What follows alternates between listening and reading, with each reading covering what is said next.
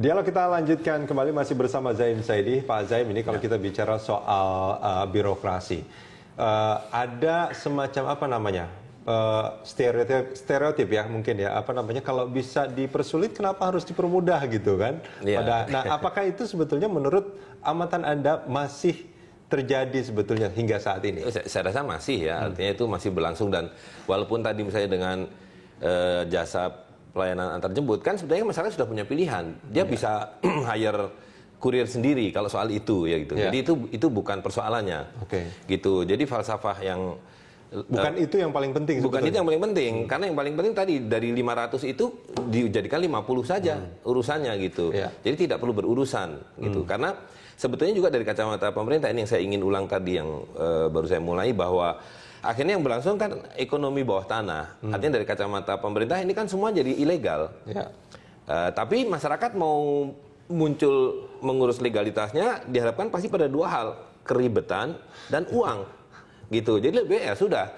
Tapi ini merugikan kedua belah pihak. Pemerintah sebagai perencana dan pengembang masyarakat, harusnya kan dia sebagai fasilitator, dia tidak bisa terlalu banyak berbuat. Informasi tidak punya, data tidak ada.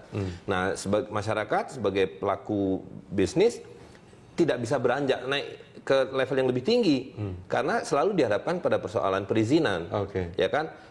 Dia nggak bisa menjadi lebih besar ya? Tidak bisa menjadi lebih besar. Tapi ada yang seperti itu. Seperti yang tadi saya katakan, chiropractic itu punya beberapa cabang akhirnya di Indonesia, padahal dia tidak punya izin. Nah, itu kan anomali. Artinya akibat dari yang harusnya diurus tidak terurus, yang harusnya tidak diurus dicampuri terus gitu. Nah, jadi itu saya rasa akibat tadi, karena justru tidak ada model registrasi yang betul, tidak ada informasi dan data yang betul, kecolongan gitu. Jadi kalau pemerintah seharusnya melakukan pendaftaran sehingga dia punya informasi yang betul, dan juga nanti secara ekonomi kan semua harus tercatat untuk menghitung pertumbuhan. Nah, ini sebetulnya kan harapannya dengan Badan Pelayanan Terpadu Satu Pintu, terus ada apa lagi?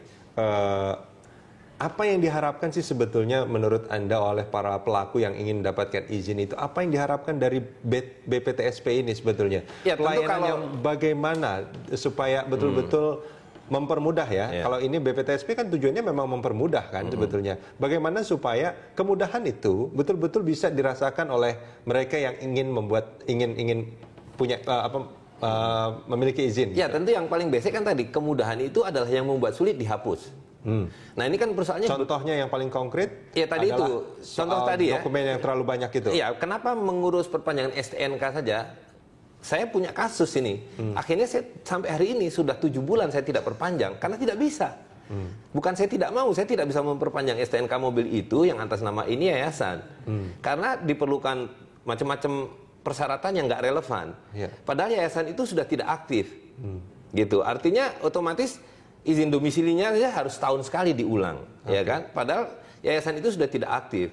Gitu. Akibatnya saya tidak bisa mengurus STNK, kan rugi. Saya rugi, pemerintah rugi, gitu. Itu contoh kecil. Yang lain-lain ya banyak sekali, mengurus bahkan memulai usaha bisa 6 bulan, gitu. Nah, karena itu tadi yang bukan sekedar satu atap dan dokumennya dijemput, tapi bahwa hal-hal yang tidak diperlukan buang, gitu. Jadi saya rasa secara bukan hanya administratif dengan kata lain, tapi misalnya duplikasi perizinan, kemudian izin-izin yang tidak relevan, seperti misalnya izin gangguan.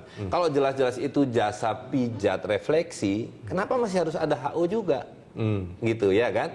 Kecuali kalau di situ pabrik deterjen misalnya, atau pabrik kecap, ada hal-hal yang ada limbahnya ya? Ada limbahnya, ada hal yang memang perlu. Itu yang saya maksud tadi, bahwa kita punya negative list. Industri atau usaha apa saja yang memerlukan perizinan khusus. Jadi ada 2 level. Yang pertama adalah secara umum, asal sudah terdaftar. Tadi kan Bapak itu bilang, Pak Saifullah memerlukan informasi yang komplit. Nah, cukup melalui registrasi.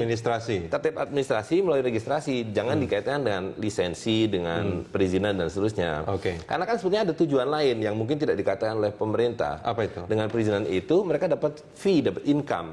Tapi kalau dilihat secara agregat, fee itu kecil sekali. Tidak signifikan. Tidak signifikan. Kalau ditiadakan, kemudian pemerintah sebagai fasilitator masyarakat menjadi agen pertumbuhan ekonomi yang betul, nah ini akan jauh lebih signifikan. Artinya sebetulnya apa yang dilakukan saat ini, mudah-mudahan tidak berhenti di sini ya, tapi apa yang dilakukan saat ini itu sebetulnya tidak mempermudah birokrasi yang masih ribet hingga sekarang. Belum, karena dia hanya itu di pinggiran yang tadi, misalnya seolah-olah memang menjemput dokumen, tapi masyarakat juga selama ini bisa kok mengirim sendiri, apalagi sekarang kurir mudah sekali ya kan dengan aplikasi. Terima kasih banyak sudah bersama kami di Dialog Pagi.